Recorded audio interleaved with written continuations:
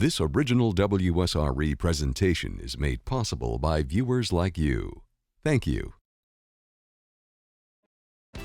Funding for this program is provided by the Santa Rosa Island Authority, located on beautiful Pensacola Beach, Florida, featuring a wide variety of shopping and entertainment venues, fresh from the Gulf seafood, spectacular lodging, brilliant white sand beaches, and wildlife encounters.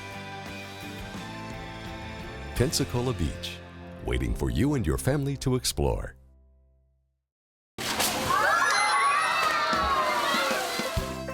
It's a signature Gulf Coast landmark, and for more than half a century, it's been home to an underwater world of marine mammals, reptiles, birds, and fish of all descriptions. It's the Gulfarium Marine Adventure Park, and if your travels take you to the beachfront of Okaloosa Island, you'll discover it right in your own backyard.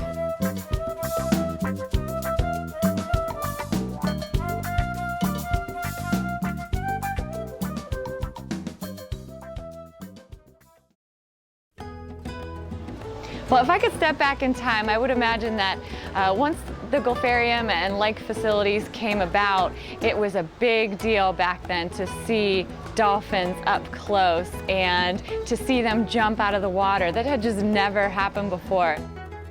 It was certainly a one-of-a-kind experience to be able to come here and see sharks. We had seals, sea lions. You know, you just couldn't see those things back then. Before Disney and the rise of mega theme parks, before rows of high-rise condos lined the Florida coast, the Gulfarium in Fort Walton Beach provided a magical setting for visitors to come face-to-face with creatures of the sea. Together with local citizens and a group of scientists from the University of Miami, one man in particular spearheaded the idea of establishing an aquarium, tourist attraction, and research center on what was then called the Miracle Strip. The Gulfarium was started in 1955.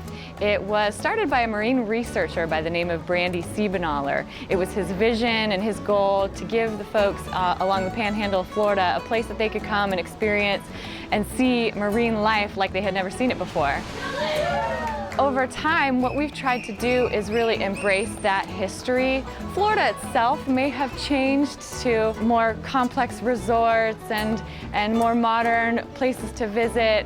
And while we try to keep up with the times as far as our educational content, we really try to embrace the history of what Gulfarium has always embodied, which is a place for people to learn about marine life and make a connection, experience interacting with the animals and seeing them through the windows or in various ways. Yeah! Do you see them swimming?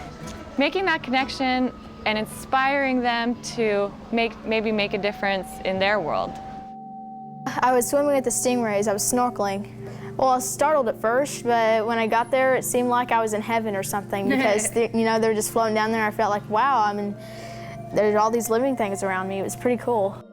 I came not just for the beauty of the animals and the joy, but also to educate my son. He will have a better appreciation and respect for marine life if he gets to interact with them.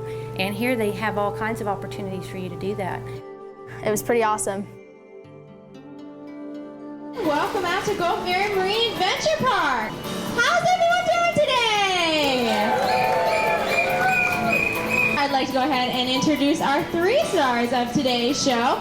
Starting out on the left-hand side of our dock, we do have Sebastian, our 17-year-old male. He's waving hello to everyone today. What's really fun is that people do come up to trainers or aquarists or anybody here at the Gulfarium and they ask and they're like, oh, I was here when I was younger, and they'll mention specific animals by name, which you don't see everywhere. And then right there at the center, we do have Lily, our 10-year-old female. And that's really fun for us because we have a relationship with these animals and they are basically part of our family.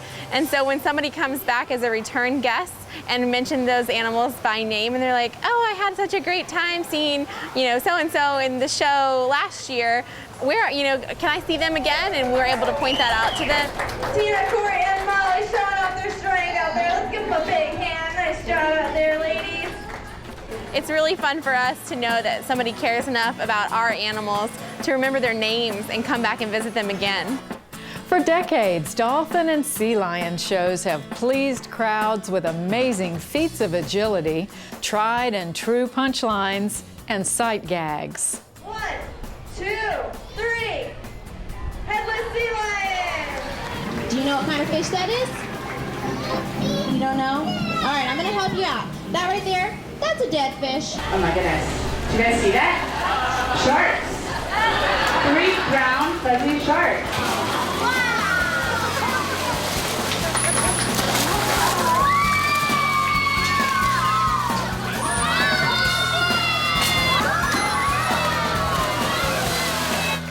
In addition to the shows, which take place several times daily, Gulfarium has introduced a variety of up-close animal encounters, plus a menagerie of land, sky, and sea-dwelling creatures.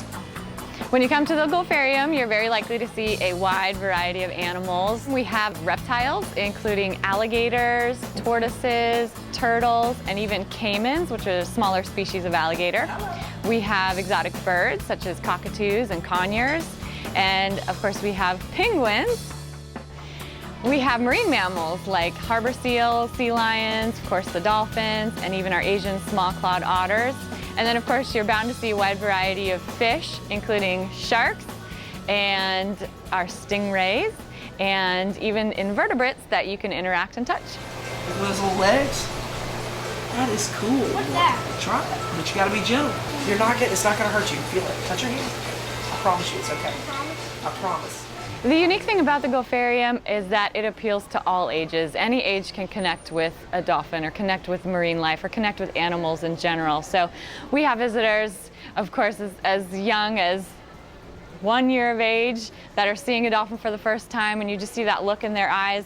It's the same look that someone that's been here multiple times or is maybe a little bit older, or maybe even in their 50s, 60s, 70s, 80s, that also have that same look when they see the dolphins or when they see the alligators. Try and look right straight down at this gator. There's the biggest one in there.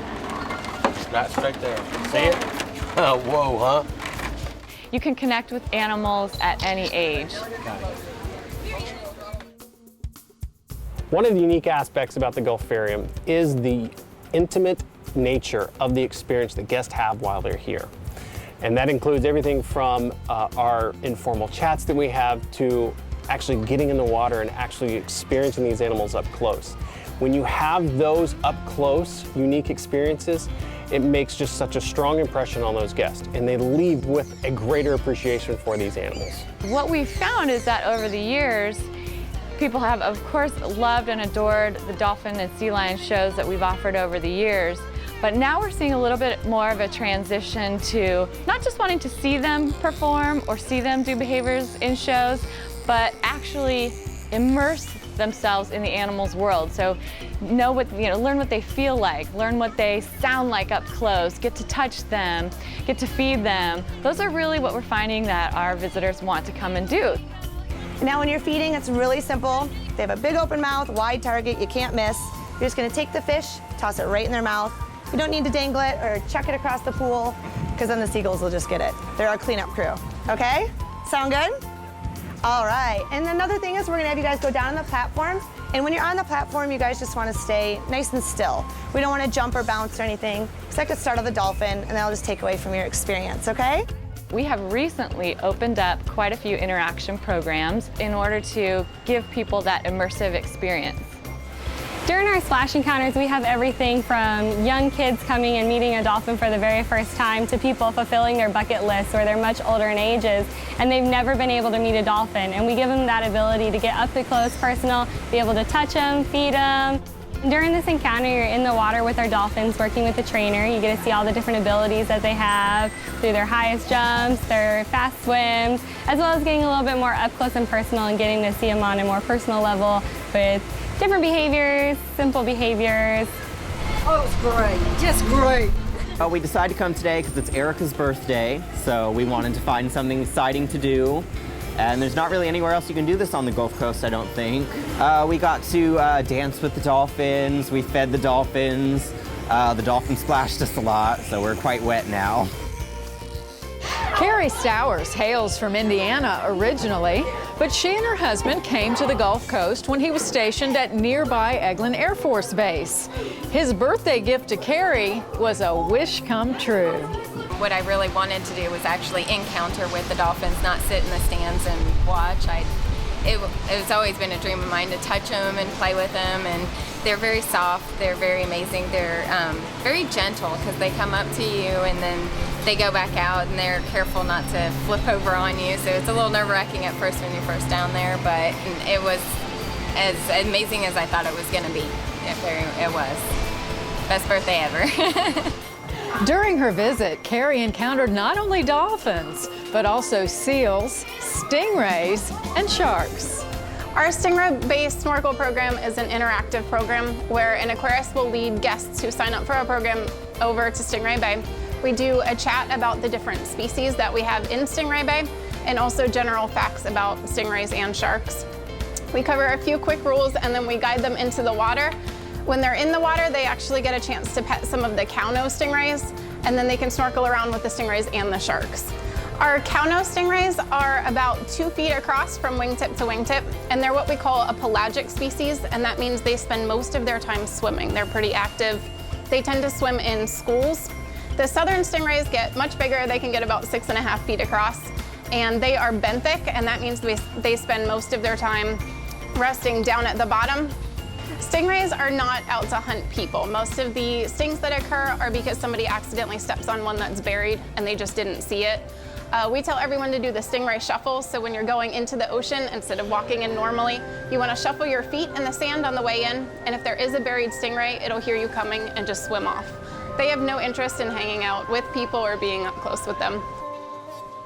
We have bonnet heads. There's 6 bonnet heads. They're one of the smallest species of hammerhead, and they can get 5 feet long, but generally they only get about 3 to 4 feet long, so they stay relatively small. And they're looking for things that they find in the sand to feed on, their bottom feeders, so little crabs and shrimp. The bonnet heads are pretty active. They don't see rays as a possible prey item, and they've been a big guest hit. People are really excited to be able to say that they snorkel with sharks. In addition to dolphin, seal, sea lion, and stingray encounters, visitors can interact with several of the park's turtle species. Down at this end of our park is our expedition trail area. So we're going to be going in and meeting our African spurred tortoises first. And these guys are actually the 3rd largest tortoise species in the world, and they can get over 200 pounds. Pretty big, huh? Any of you guys have any guesses on what the largest tortoise in the world is? A Galapagos turtle? Exactly, you're good, you know your stuff. In here we have 4 males, so they're all boys. All right, come on in, guys. Oh yeah. They come in. You can touch them, yep, you can pet these guys. It looks like they're all napping right now. But you can pet them. These guys, like all turtles, their shell is actually part of their body, so it grows with them as they grow. So, even though it looks like everyone's sleeping, we can try and wake them up with some peppers. Peppers are one of their favorite treats. Most of what they eat is grasses, weeds, things like that are pretty low in nutrients, so they need to eat a lot throughout most of the day to get all the nutrients and everything they need. We have a variety of turtles that call the Gulfarium home. And whenever people are doing the Discover Turtles program, they get to actually meet and get a close-up encounter with some of these turtles. The variety that we have do inhabit different environments, so it's kind of cool that the guests get to walk through and see these turtles, some living in the sea, like sea turtles, spending their entire life in the ocean, all the way down to the other end of the spectrum. With our large tortoises that spend their entire lives on land and in desert environments. So sometimes guests will actually get up close and actually meet these animals, pet these animals, even feed them. Having the ability to do these interactive programs with guests gives us a lot more ability to talk up close with people, let them actually get up close with these animals, which to me, or to our mind at the Gulfarium, allows these guests to remember. They remember these experiences a lot more and remember the idea behind why we have these animals here, and they take away a lot more of the message than if they were just to read a sign or just to look in a book or that sort of thing. Hi, Missy! Hi, Missy! What you doing? Gulfarium guests may choose to feed about a dozen hungry African penguins. Hi, little bird! We do a Discover Penguins feed. You get to go in with the penguins, which is really fun because you're in their habitat and the penguins are surrounding you and you get to feed them. They come up to you. Hand it right down here to Tux. Don't let go yet. You can kind of reach it towards him because he can't really see very well. Staffers call out the name of each penguin as it receives a fish so that accurate records can be maintained about their nutrition. Tux and Ninja, Oreo. It's okay, you can feed him. Sly. Good job. Oh, you can stay right there. There's also a trainer there describing, what exactly to do to feed the penguins and then pointing out the individuals to you. But you are definitely inside their habitat when you're doing that program, so that's pretty fun. Wow, what's your favorite fish? Where's one that looks like Nemo? Here's one that looks like Nemo. Where? Today, many of the country's great aquariums offer floor-to-surface views. But back in the 1950s, this Gulfarium exhibit called The Living Sea was in a class by itself. Vintage photos on the wall recall the days when visitors in theater seats marveled at the exploits of a scuba diver, as well as the dazzling variety of fish and other creatures. It has evolved over time. Right now it is more of a tropical fish exhibit. There's no longer the stadium seating in there, but we do demonstrations in there daily and talk about the different animals. And actually very soon we're going to be starting another scuba presentation. So we've almost come full circle with that. Look at the shark. Look at the shark. See right there? Oh, yeah, the baby shark. Show him the shark. Show Will the shark. Will, see the shark? Our tide pool, or what we also call our touch pool, is a very unique experience, and we find it's one of our more popular exhibits, given the fact that kids of all ages can actually touch the animals that they're looking at. So in the tide pool, we have starfish, we have sea cucumbers, crabs, sea urchins, and you can actually put your hands right into the exhibit and touch the animals and see what they feel like. As far as our staff that works here, we have two things that we really focus on. One is, of course, our animals, and every staff member here absolutely loves these animals, and I can say that with full confidence. The second thing is they want to share what they know about the animals with our visitors. And so you'll find that at any point when you're here at the park, if you have a question or if you want some more information, any of our staff, whether they work in the gift shop or whether they work with the animals or whether they work in the maintenance department, they'll be happy to talk to you about the animals and share their passion and their love. Not only does it take a dedicated staff to keep the Gulfarium operating year-round, it also requires a remarkable infrastructure. The dolphin habitat contains over 300,000 gallons of salt water. The area is 70 feet in diameter, 14 feet deep, and was built entirely with battleship steel. An intake pipe 100 yards out into the Gulf brings 300 gallons of seawater per minute into more than a half a dozen habitats. A state-of-the-art filtration system constantly circulates to keep the water clean. A lot of folks don't realize how much work goes on behind the scenes to keep all these exhibits and all these animals healthy. So there is a lot of activity that happens right behind the exhibits that involves a lot of filtering of water and cleaning that people just never get a chance to see. But it is one of the things that is actually fairly spectacular when you start looking at how a place like this runs. Well, now that we know a little bit more about our dolphins, I'd like to answer a question that we get asked pretty much every day, and that is, how do you train the behaviors that you see throughout the show? When training marine mammals, behaviors are broken down into small steps that are easy to achieve. The use of a target, such as a pole or a hand, conveys the trainer's intent. Step by step, these intelligent animals accumulate skills that allow them to display such complex behaviors as tail walking. The dolphins work their way up to it by following a trainer's flat, open palm, forward or backward. When they've mastered it, nearly 80% of their bodies are out of the water. What's really interesting about being a marine mammal trainer is that you might have a degree, but it's a lot of on-the-job learning. You can't know everything about being an animal trainer and working with all these different species. You're always learning something every single day. My college degree is actually in animal behavior psychology with a minor in biology. I found the psychology aspect of animal training very, very interesting. These unique and entertaining encounters that we offer here at the Gulfarium, in addition to just providing a fun factor, they provide an awesome conservation message, because maybe we get guests from all over the country, so they get to come down here and interact with these amazing animals, and so then maybe that inspires them to protect and conserve them in their future and spread that message with their home community. The Marine Mammal Act of 1972 protects all marine animals from harassment, feeding, approaching, so we can actually protect these animals. So during our programs, we try to pass on that information of the Act so that people know all the regulations so that they actually understand them as well, because by approaching marine animals out in the open ocean, it teaches them that coming near us is okay, and that can lead to other things like boat propeller strikes, entanglement, and intentional harm from humans. As everyone can see, the health and well-being of our dolphins is our primary concern, not only of our resident animals, but also of their ocean counterparts.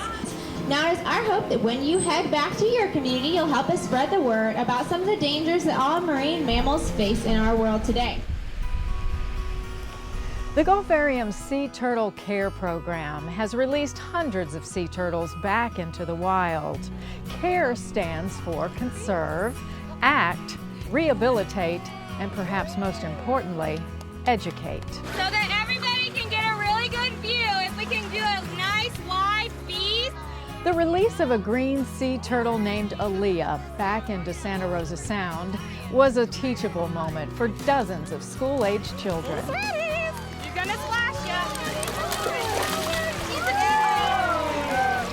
Oh, she's nice and hanging out for a second. In the event, something like somebody catching a sea turtle or finding a sick or injured sea turtle, the thing that they need to do is they need to call FWC, Florida Fish and Wildlife Conservation Commission. And these are the folks that we work with to actually run these kind of rehabilitation programs that we do. They have a wildlife hotline. You can call them. As soon as they get the call, they'll give us a call, and then we can get the turtle into our facility and nurse it back to health. It's actually named after my niece, Aaliyah.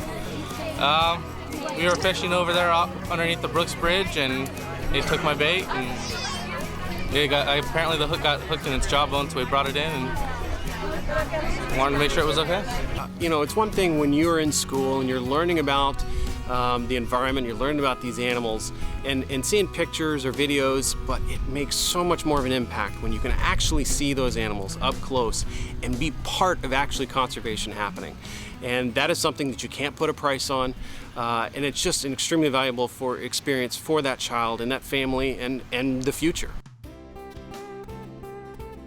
Whenever these guys first hatch, they weigh about an ounce, so they are tiny and very cute at that size. And so people see them as pet stores and not really realize or don't do the research to find out how big they get and obviously how much care it takes to take care of these guys at this size. So they end up looking for new homes for them or sometimes just turning them loose. All four of these tortoises were actually kept as pets at one point. African spurred tortoises are being found around Florida as exotic species from people releasing them after they have them as pets. Although the Gulfarium provides care for some exotic species that people had been keeping as pets, its goal is to assist the public in finding good homes elsewhere. The Gulfarium has partnered with the state of Florida to host an exotic pet embassy day. And this allows pet owners who no longer can take care of their pets to be able to bring them in and then surrender those animals without any penalty or any fines or anything like that. And then the state is able to get those animals into the hands of adopters who are folks that can take care of these animals and can take care of all their needs in the long term. Our mission at the Gulfarium is to educate and entertain people, to respect and preserve wildlife by providing them unique and memorable opportunities to make a connection with animals. One of my favorite parts about this job is being able to talk about something that I'm passionate about to people every single day. And that main topic is just the conservation of animals that I love. I actually came here when I was 5 years old and told myself that I wanted to work here one day, and I actually made my dream come true. You know, I always grew up around the ocean. I was lucky enough to do that, and I've always loved animals, so it was definitely a big bonus to combine the two. And I think what's really awesome about the Gulfarium is the wide variety that we have and how close you can get to them just by being a guest. For information about admission and fees, log on to Gulfarium.com. The park is open year-round and is closed only on Thanksgiving Day and Christmas. Gulfarium is located on Miracle Strip Parkway, also known as US Highway 98 in Fort Walton Beach.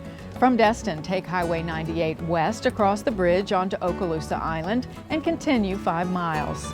Gulfarium Marine Adventure Park will be on your left. From Pensacola, take Highway 98 east into Fort Walton Beach. Cross the Brooks Bridge onto Okaloosa Island and continue 1/4 mile. The Gulfarium will be on your right. We hope you enjoyed this exploration of one of the Gulf Coast's most beloved attractions. We'll see you again next time, right in your own backyard.